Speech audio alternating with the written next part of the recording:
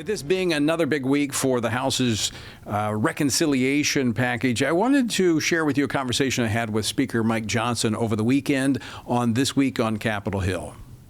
So let's jump right into that, Mr. Speaker, because what the Republicans are proposing is fixing a program that was, quite frankly, broken by the previous administration in terms of expanding it beyond its capabilities. And we're talking about Medicaid. I mean, only in Washington is, like getting a car tuned up, the equivalent of taking it to the junkyard, which is what the Democrats are saying the Republicans are attempting to do.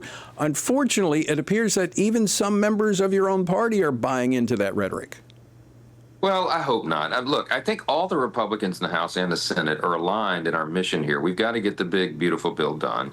And part of that is ensuring fiscal responsibility again, returning to fiscal sanity. We strayed away from that under the Biden years and in the aftermath of COVID and all of that. The federal government went on a spending spree.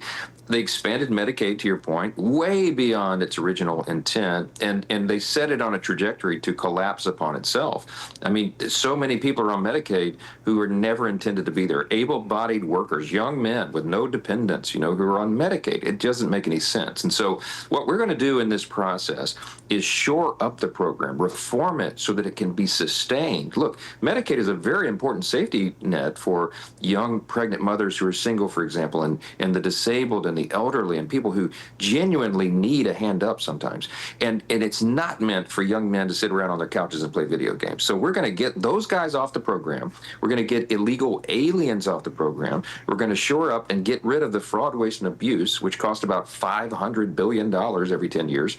And we're going to get this program back under control, work requirements for people that are able. So that will make the program better. And what it will do, Tony, is ensure that the people who desperately and genuinely need this help will be able to have it. And that's a responsibility that everybody in Congress should take seriously. The Democrats are trying to play politics. We're trying to be responsible in governing all this.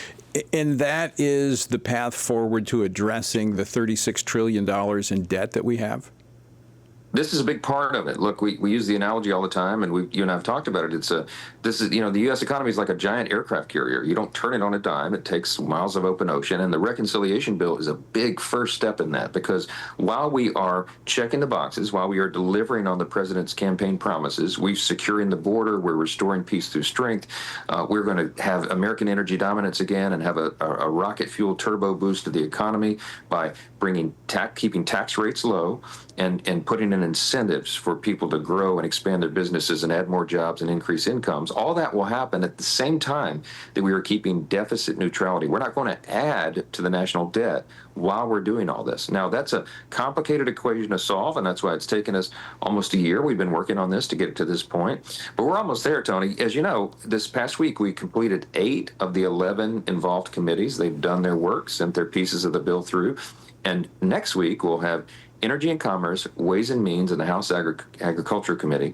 Those are the last 3. They'll finish their work. We'll get it done hopefully by the end of next week, and we could still have this out of the House and moving along through the process by Memorial Day. I'm working on that every single hour.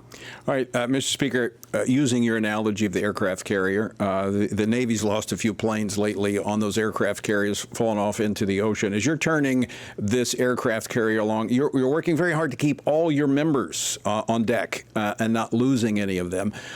There's some thorny issues. It shouldn't be, but they are. Among some of those in blue states. Let's talk about funding for Planned Parenthood. That popped up this week, and you have some in your delegation that have expressed opposition to defunding Planned Parenthood.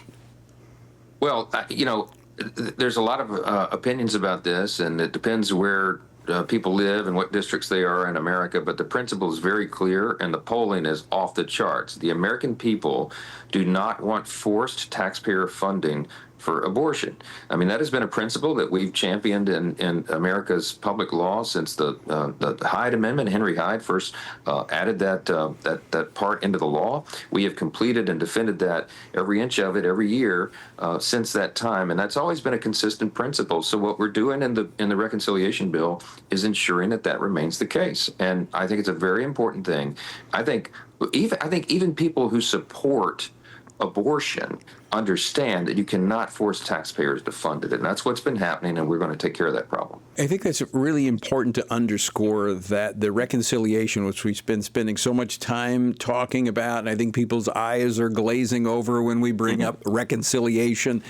But in that one bill, and you've described it this way, the president has described it this way, as the most consequential piece of legislation probably to pass through Congress once it passes through, is that it does codify, these executive orders that the president has signed into place, which could easily be undone unless they're codified.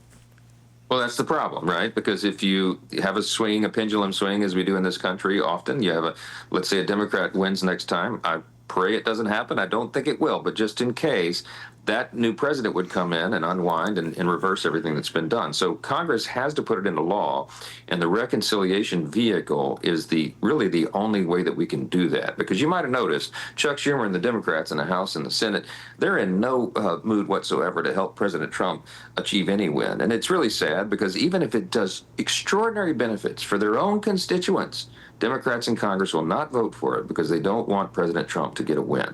So we have to do it ourselves. It has to be, sadly, and unfortunately, Republicans have to do it ourselves. And reconciliation is the one mechanism we have to do that on a partisan basis. Why? Because you only need 51 votes in the Senate and not 60, as everything else normally requires.